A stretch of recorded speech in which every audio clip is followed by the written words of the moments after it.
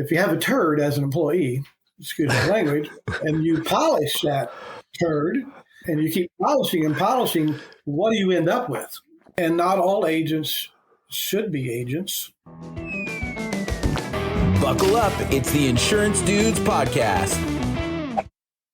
Boom! Boom! Well, this has been a long time coming. I'm super excited to have Ted Paris in studio representing NAPAA. You're the head of NAPAA? Yes, so to speak. I work for the board of directors. Okay. We have 9 board of directors. Most of them are current agents. Some are former agents, but they all have the company ties with us, captive ties. Sure. And, we represent what we think is the interest of the agency force because of many contractual arrangements about what someone may or may not say, may or may not print, may or may not broadcast out there in the world. And don't want to get anyone in trouble on any kind of OBAs or anything like that. So we're pretty cautious on what we try to say, what we do. Awesome. So for somebody who thinks NAPAA is just a cabbage or auto parts, can we clarify?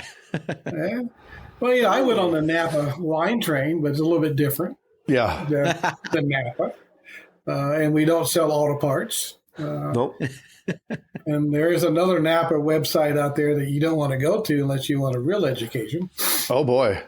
Yeah, you have to watch out. So when you do it, just make sure you go NAPAA USA. Okay. Perfect. Please make sure you put that USA in there. Yeah. So anyway, I'm glad to meet you guys. And Craig, I do apologize when we were down there in, a year ago now, right? Or last that is crazy. So, last almost February, a year. We were in November, and getting down. I was going to have dinner with you and have dinner with another of the agents down there. And, COVID scares people to death. Mm-hmm. And it was pretty blatant in Tucson back in February of 2021. So we did play golf. And I tell you what, we played at the Casino Del Rey golf course, the one that the University Del of Sol. Arizona plays on. Yeah. And I've always wanted to play a pure desert course. It is. And I'm glad to get that out of the way and never do it again. Yeah. You have to be careful. I usually don't hit the fairways, but when I do hit the fairways, when I go get my ball off the tee, I would expect it to be on the fairway somewhere. Yeah. But not there. No. The ball goes left, right. It's like hitting it on a mound. It just went. But you have to hit it straight. You have to hit it straight there or you're in a lot of trouble. And you may as well just forget about getting the ball. We did. February, you have less of a chance of getting bit by most things. So you do have that going for you in February. The only wildlife we saw were the fellow golfers and a few road runners. There you go. Yeah, they're still out. Yeah. So we like to fire the thing off with a round of what we call speed breakers. Some fun questions that you're going to have a lot of fun answering. And it's a rapid fire question and answer. So hopefully we can put the timer up. Mr. Jason? There is no wrong answers. We'll try to keep up. There is no wrong answer. So are you ready, Mr. Ted Paris? Yes. All right, perfect. Have you ever had a mullet? No. No. First crush. Can you remember back to your first crush? Oh, of course. That would have been way back when. Dixie. Whistling Dixie. Yeah. Most embarrassing thing your mom ever caught you doing? Wow.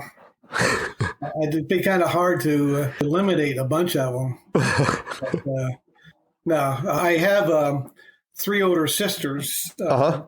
So we all within 5 years of each other. So I would say friends trying to sneak peeks at my sister would probably be the most embarrassing. Oh, nice.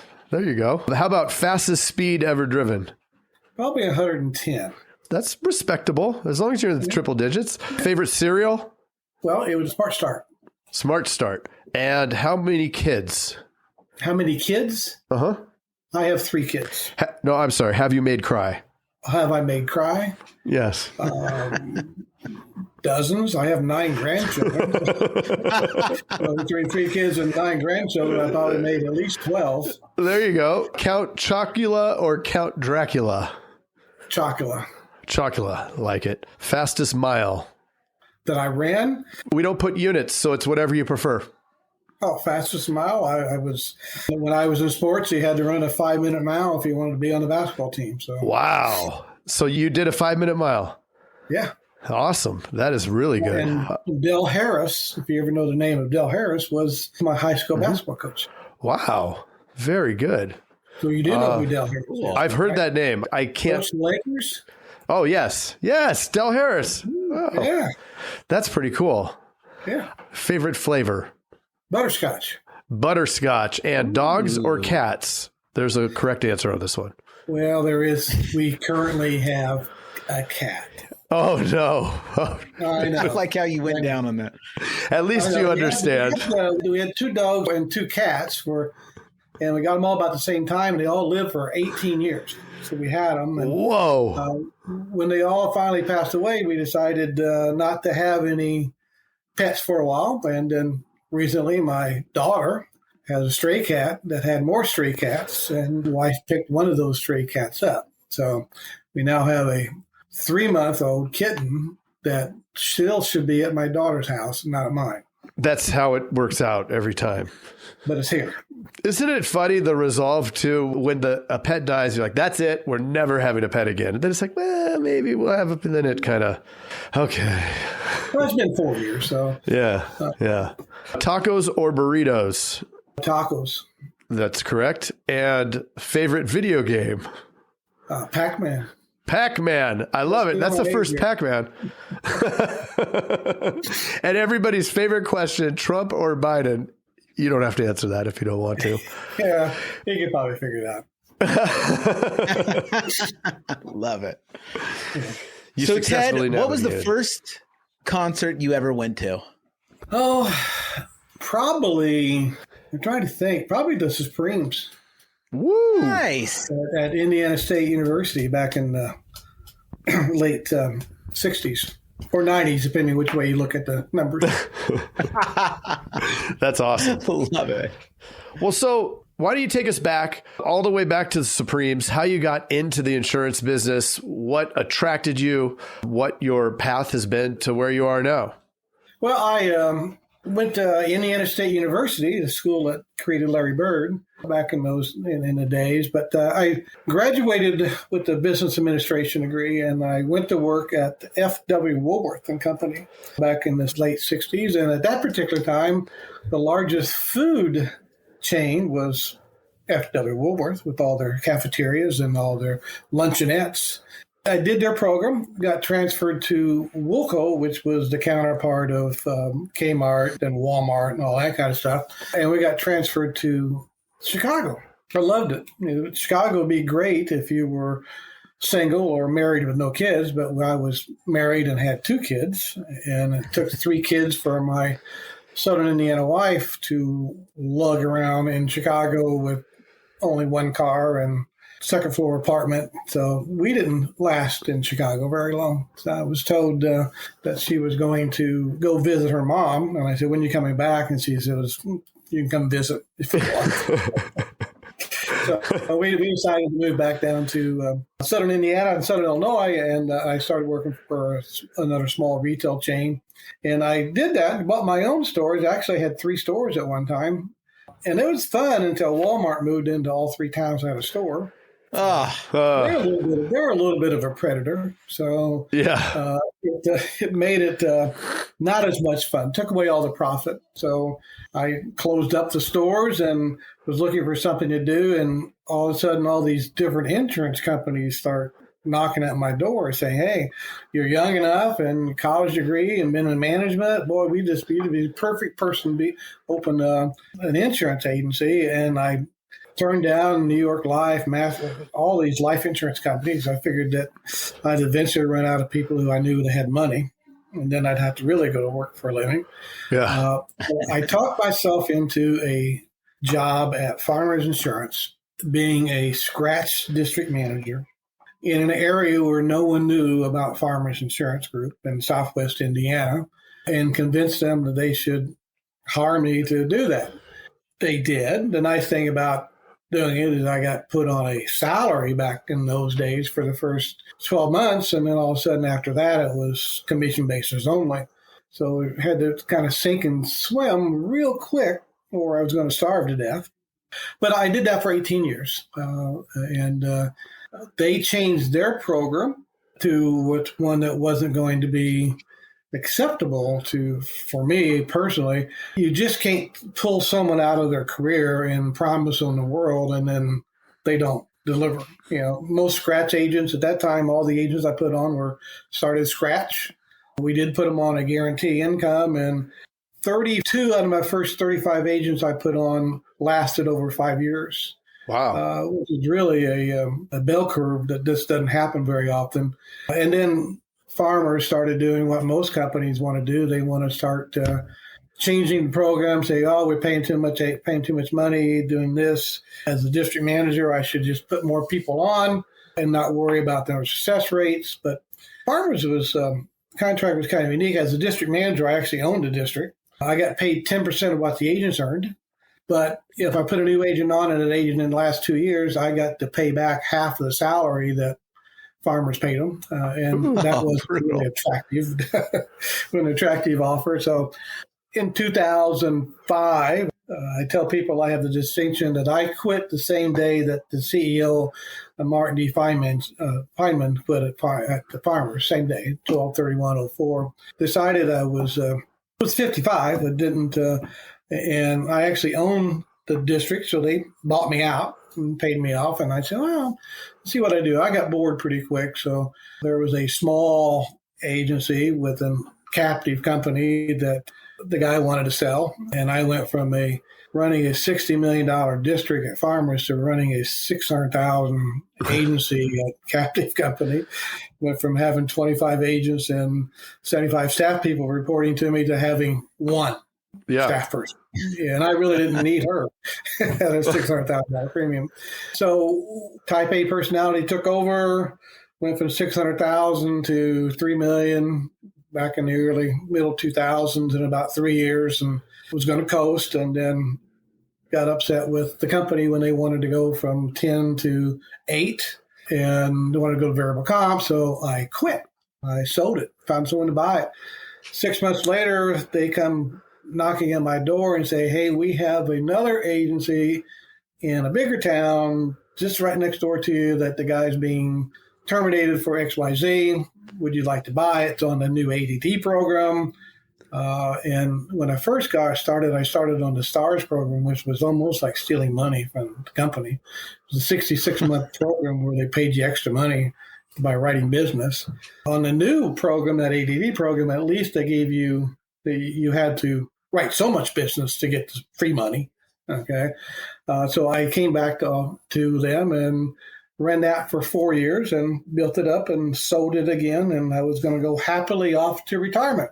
But NAPAA came calling. I happened to be a NAPAA member, not because I was a union guy, because the associations are not unions, but I didn't think that the company was giving any mentorship or advice or really any education. And going 2 weeks in a regional office and then 10 days in a university setting does not make an agent successful in any captive world.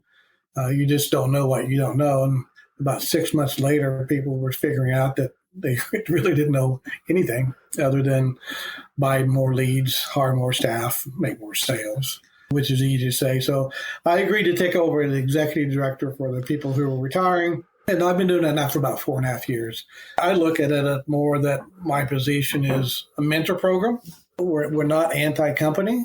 It's a lot of things they do, whether it's Captive A or Captive B or Captive C, all have things, and they're all in business to make money for themselves. If you're an agent, you're one of the top 20, you can make a lot of money. If my big beef with both Farmers and the other captive that we're talking about is that they still think that 2 new people out in the bush are better than one they have in hand, so they'll pay more attention to the new person than an existing agent who might be struggling, and someone needs to be there to help them.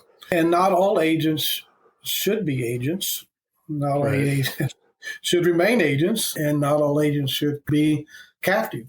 So it kind of makes it a little bit more of a mentoring where we hopefully can guide them and give them some advice on where to go, what to do, how to do it. In my position here, I refer people who need sales help to 3 or 4 of the firms who have approved OBA to do that, such as yourselves. They're just it's something that the company's not providing. And unfortunately, the success rates of new agents is dismal, always has been, probably always will be. Get lured into the business of the prospects of becoming a millionaire overnight, and that just doesn't happen, as you guys know. Right. We all have our stories of struggling when we started. I mean, if we did not make the same mistake more than 4 times, we probably would have been wiser, but we would just plug in. So that's got me to here. So I'm 17 years of retailing and 30 years in agency management, agency ownership, and then 4.5 years doing this at NAPAA. Awesome. Love it. Yeah. So this is a question that, as you were talking, I was thinking about.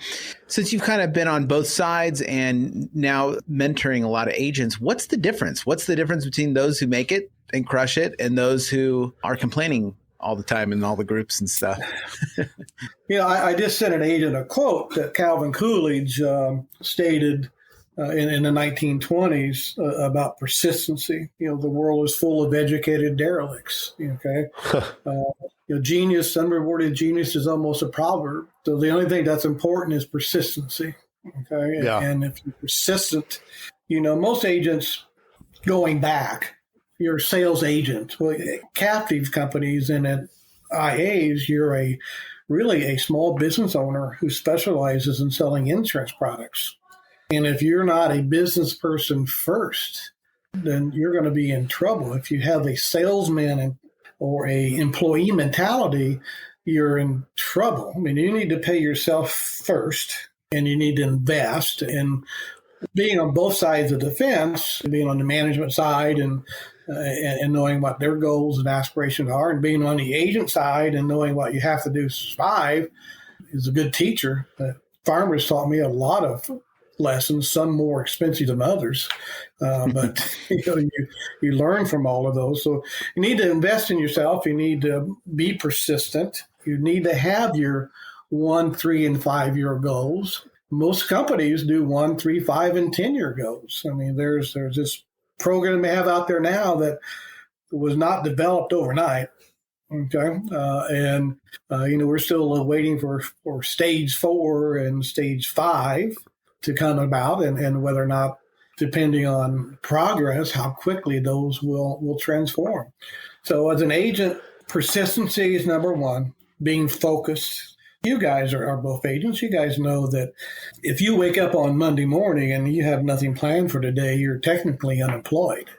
Right? You don't have anything to do. So what's going to go on? So, in the old days, the insurance managers would call you on Monday, ask you what you're going to do, and then call you on Friday and ask you what you did, right? And you were afraid of the phone call, so at least the agents would either have a good story or lie to you.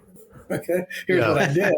But those, we usually caught up on you that. But persistency, having a plan, having what are you going to do, when are you going to be there, how are you going to do it? And then most agents, I don't know if they train their staff as well as they should. But as a business owner, it's just more than just about making a car sale or making a life sale or making your life numbers. Those people who work for you, you need to invest in them. And I tell agents all the time, if your highest paid person in your office is not you, then you've got some wrong ideas about where you want to be at. Right. There's a lot to unpack there. And I think that there's so many valid points. Agents come in, and I think it's also regardless of carrier, with underwhelming expectation of what it really takes. To your point, that whole role of you have to be a business owner. You can be the best salesperson in the world, but that's not sustainable, right? You can't just go and sell because you're going to hit some capacity. And then understanding it's important to be maybe the highest paid person, but at the same time, not take more than you absolutely need, especially in the beginning, because that reinvestment is what multiplies the thing. You growing those 2 books in that relatively short amount of time, I think you have an understanding that anything extra goes right back in, right? Otherwise, it's gone. You're not out buying boats and, going to Vegas and that kind of thing. You have to reinvest in the agency. Otherwise, it's going to start to...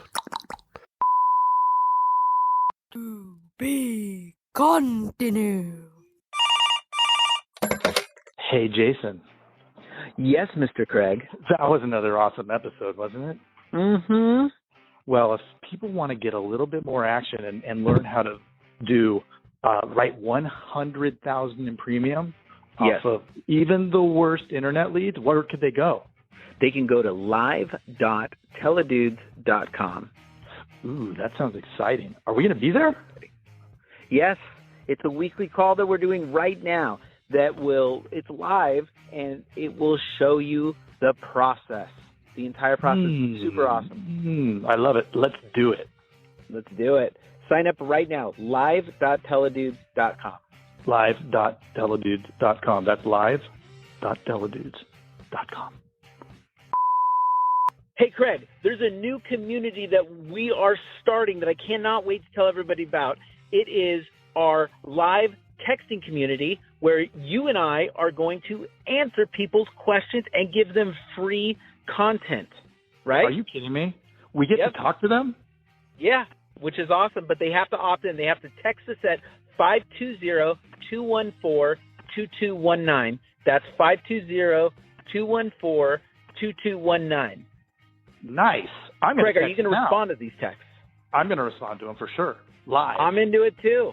It's going to be awesome. And it's going to be our new texting community where we're going to get back to everybody that we can and drop some crazy content, free content, and free the calculator that you just came up with. That's right. The calling calculator, sales material. I mean, everything for insurance agents. This is it. It's the best texting community out there for insurance agents. Well, what the heck is that number again? I can't remember it. It's 520-214-2219. That's 520-214-2219. I love it. I'm going to text it right now. 520-214-2219. All right. I'll see you later, Mr. Jason. Bye, Mr. Craig. Wait, do they even listen to this on the radio anymore? I love it.